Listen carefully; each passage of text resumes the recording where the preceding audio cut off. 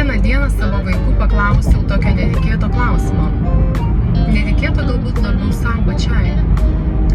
Vaikai, sakau, o jums yra malonu, gera būti savo kūnuose?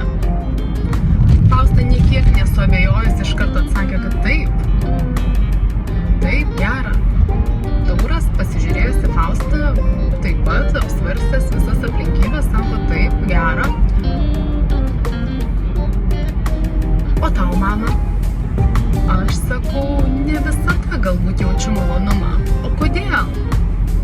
Tiesiog, sakau, greičiausiai per gyvenimą keliaudami, suaugę kažkur pamiršta šitą jausmą. O kada, sakau, vaikučiai šitas malonus jausmas nutrūksta? Ar būna taip, kad jo nesijaučia? Fausta vėlgi labai greitai, be didelio galvojimo atsakė, kad jinai nejaučia malonumo, kai reikia skubėti. Tauras, besiklausydamas Faustos, vėlgi irgi turėjo savo atsakymą, kad malonumas dingsta iš kūno, kai girdi kažką šalia šaukiant. Dažniausiai tai būna Fausta. Ir tai privertė mane vėlgi apie daugą pagalvoti. Pagalvoti apie tai, kad vis tik kiek daug mes išbarstome teisingų dalykų, keliaudami per savo gyvenimą. Teisingų, gražių, malonių dalykų. O tas jausmas, malonus jausmas būti savo kūne, jis tiesiog turėtų būti pas mus kiekvieną. Bet kai klausysies manęs, jau jeigu iki šios vietos išklausysi, užduok pats savo šitą klausimą. Pats, pati, kaip tu jautiesi savo kūne?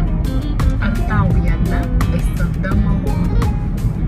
Ar jauti tiesiog iš tikrųjų, kad yra labai gera tiesiog būti?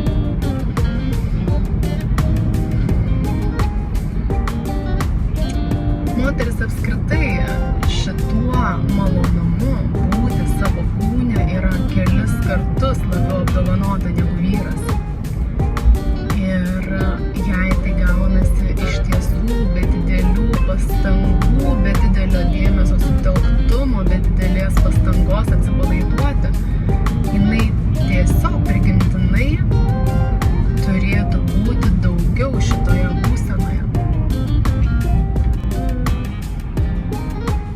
Nes šioje būsenoje yra visa moters esmė, visa moters tiesa.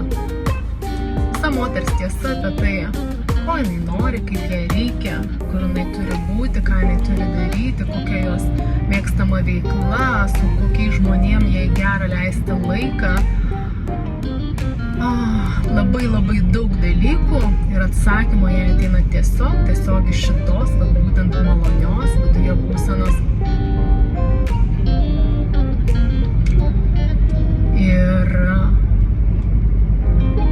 jeigu dabar atsakant į tą klausimą, kuris skamba šito video pavadinime, ką moteriai reikėtų sužinoti, išklausyti, perskaityti apie santykius, tai absoliučiai nieko. Jei reikalingas vienintelis dalykas, tai yra grįžti į savo natūralią kūno būseną, kuria yra malonumas ir iš kurios gimsta visi atsakymai apie ją pačią ir apie santykį.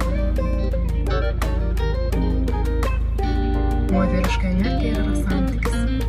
Jei nieko nereikia daugiau žinoti. Kiek esu skaičiusi literatūros, tai daugiau visa medžiaga šiai dienai, sakyčiau, yra skirta būtent vyriškam protui. Nes vyras pasaulį pažįsta per intelektą, per protą, per logiką.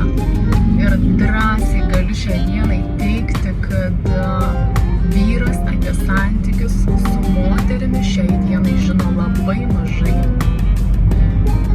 Todėl tikrai visa literatūra, seminarai, kursai ir visos žinios